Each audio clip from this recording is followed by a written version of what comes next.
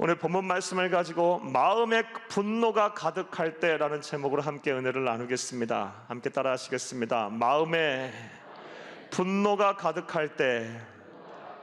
한 번 더 따라 하시겠습니다. 마음의 분노가 가득할 때. 네, 감사를 드립니다. 요즘 이 마음의 분노가 가득해서 화가 많이 나서 힘드신다는 분들이 참 많은 것 같습니다. 나라가 마음에 안 들고, 정치인들이 마음에 안 들고, 사회가 마음에 안 들고, 직장과 사업장도 마음에 안 들고, 가정도 마음에 안 들고, 사는 것 자체가 마음에 들지 않아서 화가 나신다는 분들이 참 많은 것 같습니다. 사랑하는 여러분, 여러분들에게도 여쭤보겠습니다. 여러분들은 어떠십니까? 혹시 여러분들 가운데서도 이 마음의 분노가 가득한 채로 살고 계시지는 않으십니까? 그러나 분명한 사실은 이 우리의 마음의 분노, 이 화라는 것은 결코 우리의 삶에 조금 더 도움이 되지 않는다는 것입니다. 이롭지 않습니다. 오히려 우리의 삶에, 우리의 마음과 우리 개인과 또 우리 가정과 우리 사회에 큰 해악을 끼칠 뿐입니다. 실례로 2018년에 발표한 40세 이상 중년 여성의 정신건강과 이 분노와의 상관관계라는 이 논문을 읽어보니까 이 분노가 얼마나 우리 개인과 이 가정에 해로운지에 대해서 잘 밝혀놓았습니다.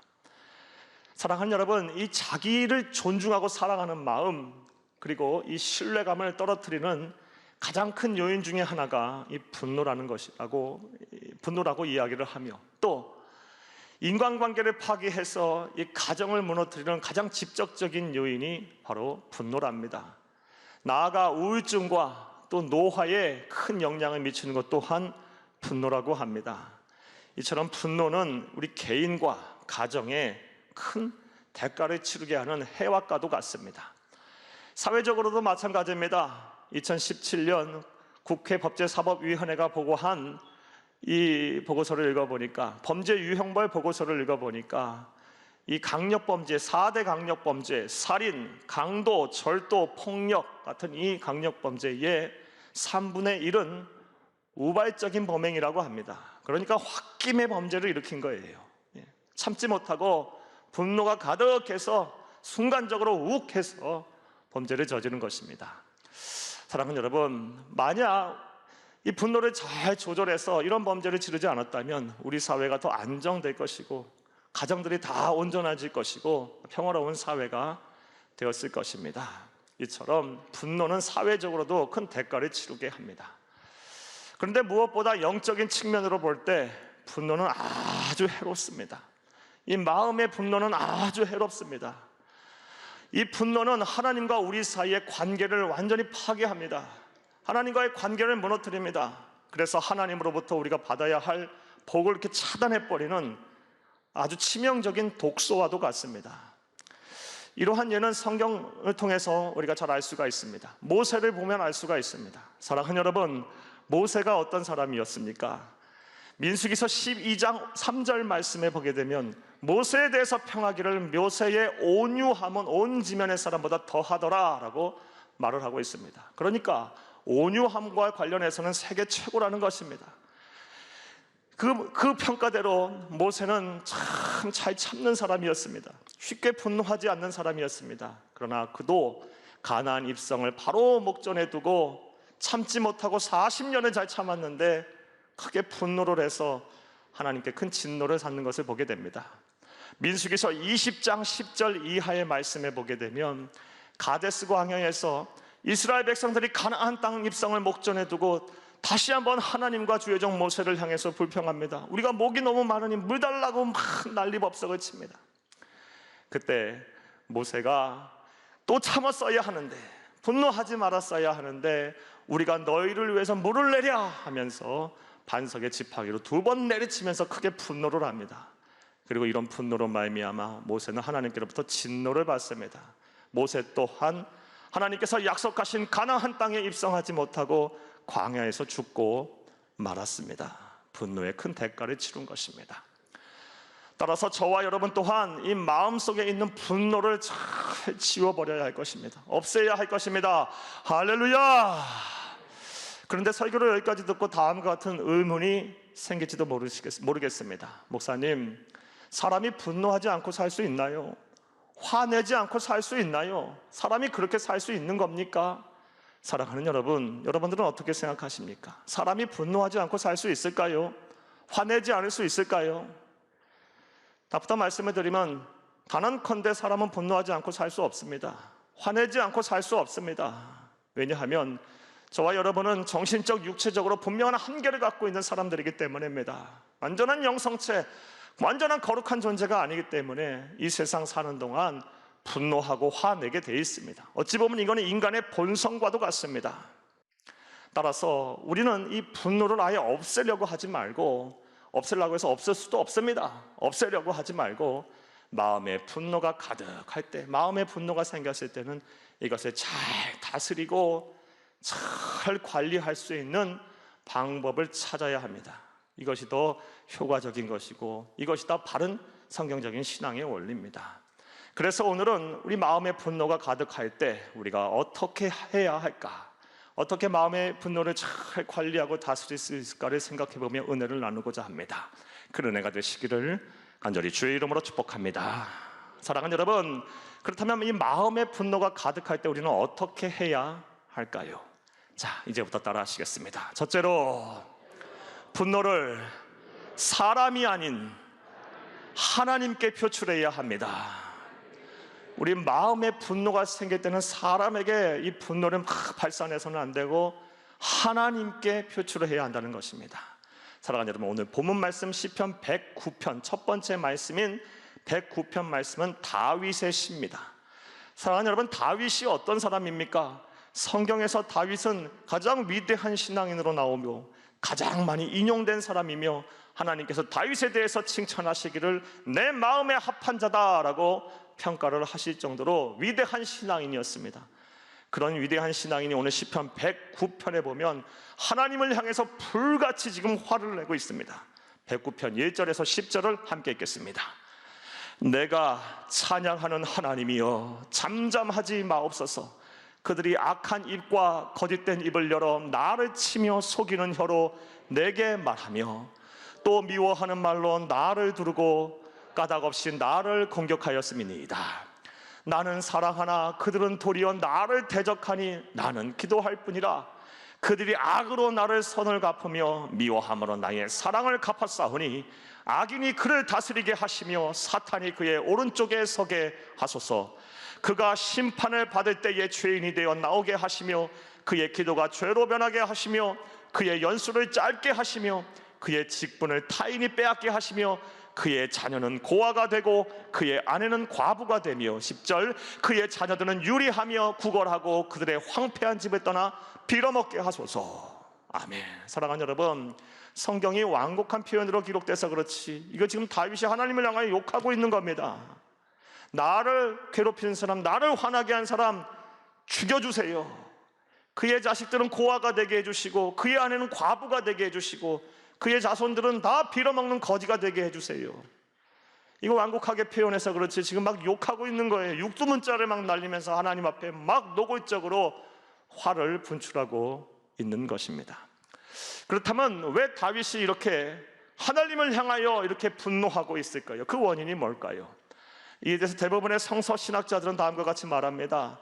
이 시편 109편의 시는 다윗이 왕이 되기 전 사울 왕으로부터 13년간을 쫓겨다녔는데 13년간 쫓겨다닌 가운데 쓴 시라고 대부분의 성서 신학자들은 해석을 합니다. 사랑하는 여러분, 13년 동안 쫓겨다녔으니 얼마나 마음과 몸이 피곤하고 지쳤겠습니까?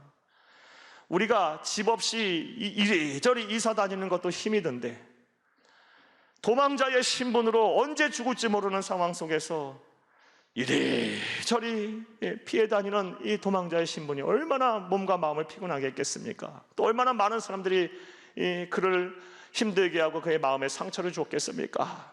그래서 화가 난 거예요. 너무너무 지쳐서 화가 난 거예요. 그래서 하나님을 향하여 자신을 괴롭히고 자신을 힘들게 하는 사람을 죽여주세요. 그의 후손들은 다 거지가 되게 해주세요. 사랑하는 여러분, 11절 이하의 말씀에 보면 더 가관이에요. 말도 못해요. 완전 망하게 해주시고 막 폭삭 망하게 해주시고 이 세상에 존재하지도 않게 해주세요 라고 막 하나님 앞에 따지듯이 막 화를 분출하고 있습니다. 이렇게 아무리 믿음이 좋은 사람이라 할지라도 상황이 어려우면 화도 나고 마음에 근심과 염려도 생겨서 막 마음에 분노도 하는 것입니다. 따라서 우리는 함부로 정죄해서는 안 됩니다. 기도하는 사람이, 예배드리는 사람이, 예수를 믿는 사람이 뭐 그렇게 화를 내? 막 이렇게 함부로 정죄해서는 안 돼요. 사랑하는 여러분, 살다 보면 막 견딜 수 없는 고통이 생기면 막 화도 나고 분노도 생기는 거예요. 이게 인간의 본성이에요. 자, 그런데 다윗의 위대한 점은 그는 절대로 자신의 화를 사람에게 직접 표출하지 않았다는 것입니다. 성경 어디를 뒤져봐도 다윗은 하나님을 향하여 분노하지, 하나님을 향하여 자신의 억울함을 쏟아놓고 표출하고 있지, 막 화를 내지, 사람에게는 화를 내질 않아요. 예. 그리고 하나님께서는 이런 다윗의 마음을 하나님 그대로 또 받아주세요.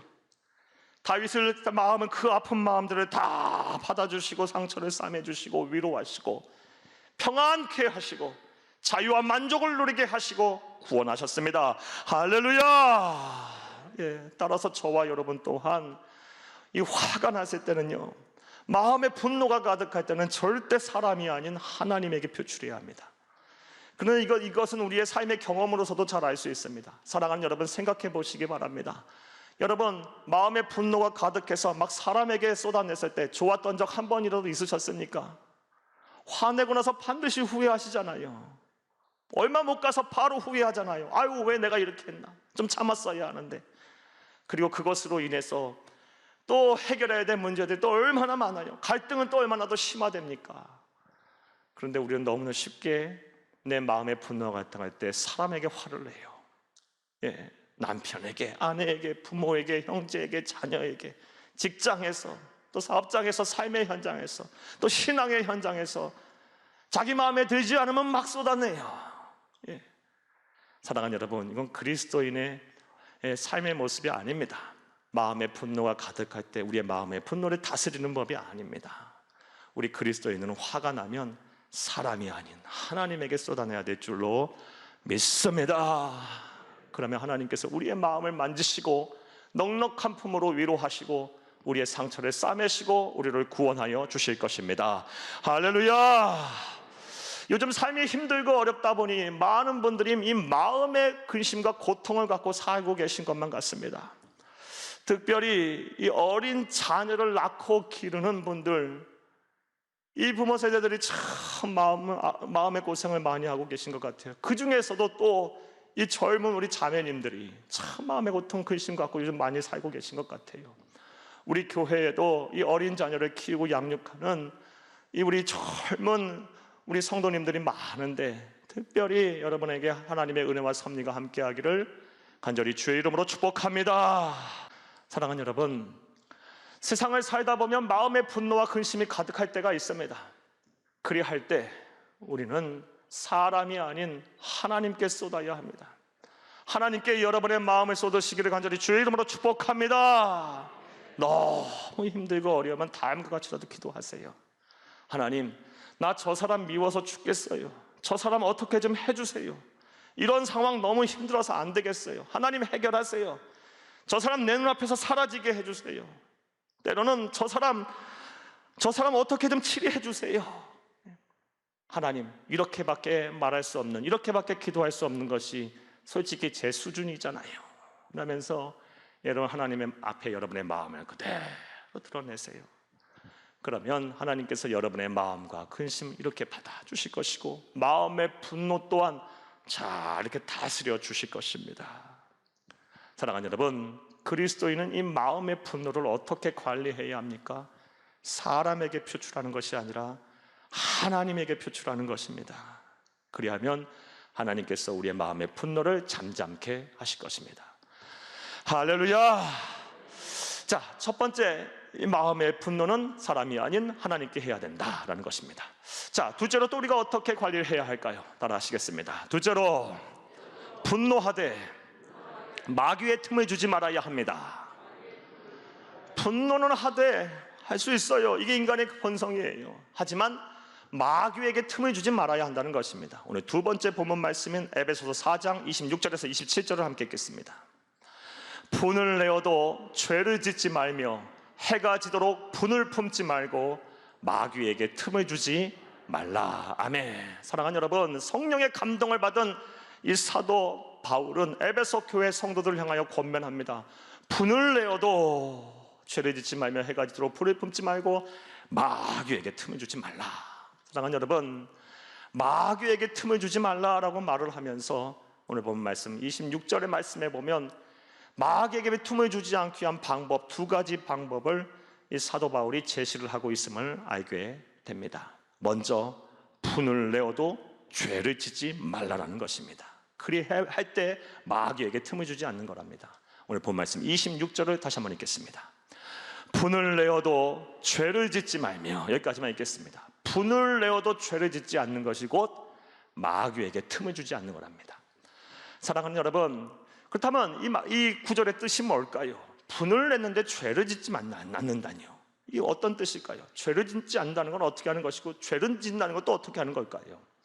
이와 관련해서 설교를 준비하며 예전에 제가 전도 현장에서 만났던 어느 형제님이 생각이 났습니다. 이 형제님에게 복음을 전하고 예수를 믿으세요, 교회 가면 참 좋고 예수 믿으면 참 좋습니다, 이렇게 간증하며 복음을 전했더니 웃으시면서 저에게 말씀하시는 거예요. 목사님, 말씀은 고마운데 저는 예수 안 믿겠습니다, 교회 안 나가겠습니다, 그러시는 거예요. 왜 그러십니까? 라고 여쭤봤더니 이렇게 말씀을 하시는 거예요. 제 아내 때문에 못 믿겠습니다. 제 아내는 모태신앙인이고 어려서부터 신앙생활을 열심히 하는 그런 사람인데 아내가 교회만 갔다 오면 그렇게 내 마음을 막 뒤집어 놓고 막 속상하게 해서 예수 못 믿겠습니다. 무슨 말만 하면 그냥 들이받고 화를 내고 분노해서 우리 아내 때문에 제가 예수 못 믿겠습니다. 교회를 평생 다녔다면 사람이 변해야 되는 거 아닙니까? 예수를 믿었으면 사람이 변해야 되는 것 아닙니까? 이렇게 분노하는 아내, 예수 믿어도 분노하는 거 하나 고치지 못한다면 무슨 예수 믿어서 무슨 소용이 있겠습니까? 그래서 저 예수 안 믿겠습니다 라고 저에게 말씀하셨던 것이 설교를 준비하며 기억이 났습니다. 사랑하는 여러분, 이렇게 내가 분을 내서 내 영혼, 내 심령이 상할 뿐 아니라 다른 사람의 심령 또한 상하게 하는 것, 이게 바로 죄를 짓는 겁니다. 그래서 복음의 길을 막고 하나님의 영광을 가리는 행동, 이게 바로 죄를 짓는 거예요. 분을 내어도 죄를 짓지 말아야 합니다. 분을 내어도 내 영혼뿐만 아니라 다른 사람의 영혼을 상하게 해서는 안 됩니다. 분을 낼 수 있으되 그것으로 복음의 길을 막아서는 안 됩니다. 분을 낼 수 있으되 하나님의 영광을 가려서는 안 됩니다. 사랑하는 여러분, 분을 내도 죄를 짓지 아니하므로 마귀에게 틈을 주지 않는 성도님들이 다 되기를 간절히 주의 이름으로 축복합니다. 또 마귀에게 틈을 주지 말라라고 말씀하며 사도 바울이 권면하는 두 번째 방법은 해가 지도록 분을 품지 말라는 것입니다. 오늘 본 말씀 26절을 다시 한번 읽겠습니다. 분을 내어도 죄를 짓지 말며 해가 지도록 분을 품지 말고. 아멘. 분을 낼 수 있어요. 화가 날 수는 있어요. 인간의 본성이니까요. 하지만 이 마귀에게 틈을 주지 않으려면 해가 지도록 분을 품지 말랍니다. 자, 그런데 이 말씀을 잘못 해석해서 해가 질 때까지는 분을 품어도 된다라고 해석해서는 안 됩니다. 이 말씀의 참된 뜻은 분이 났으면, 화가 났으면 빨리 분을 없애라는 겁니다. 빨리 분노를 지우라는 것입니다. 사랑하는 여러분, 따라서 저와 여러분의 마음에 분노가 생길 때는 이거 빨리 심각하게 생각하셔서 빨리 이거 지워버릴 수 있도록 노력하시기를 간절히 주의 이름으로 축복합니다. 그렇다면 어떻게 해야 이것을 빨리 벗어낼 수가 있을까요? 빨리 지워버릴 수가 있을까요? 이 대해서 참 많은 말씀을 여러분에게 드릴 수 있는데 오늘은 한 가지 말씀만 드리겠습니다. 여러분, 화가 나고 마음에 막 분노가 가득할 때는 하나님 앞에 나와 우시기를 바랍니다. 하나님 앞에 나와 우세요. 성경 말씀에 보면 이렇게 하나님 앞에 나와서 울어서 마음이 깨끗해지고 평안해진 사람들이 정말 많습니다. 그 중에서 한 사람 여러분에게 소개하면 구약 성경에 나오는 에레미야 선지자입니다. 에레미야 선지자는 어떤 사람이었습니까? 사랑하는 여러분, 에레미야 선지자는 자신의 나라와 민족의 멸망과 심판을 선포하는 사명을 받은 사람이에요.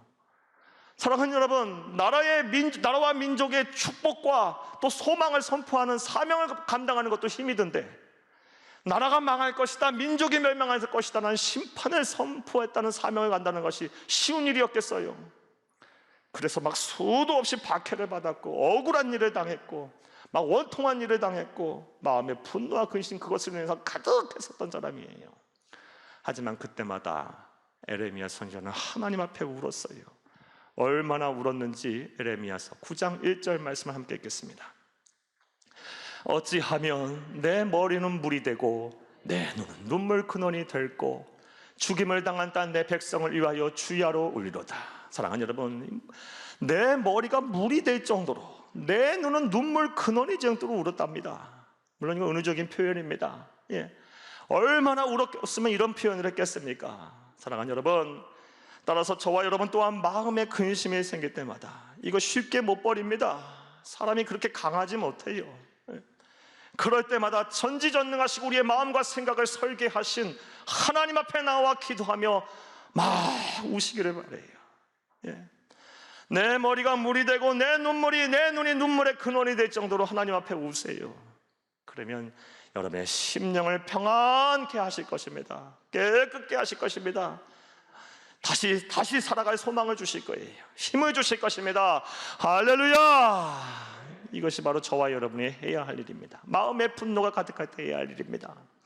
사랑하는 여러분, 우리 그리스도인은 마음의 분노가 가득할 때 어떻게 관리해야 합니까? 두 번째로, 마음의 분노가 가득할 때 분노할 수는 있어요. 하지만 마귀에게 틈을 주지 말아야 합니다. 마귀에게 틈을 주지 않는 두 가지 방법, 분노하되 죄를 짓지 말아야 하고 분노하되 해가 지도록 분을 품지 말아야 합니다. 빨리빨리 없애야 합니다. 자, 이제 말씀 맺겠습니다.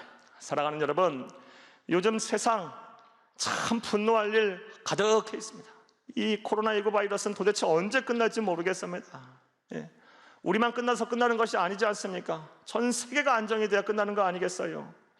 분노할 일 천지입니다.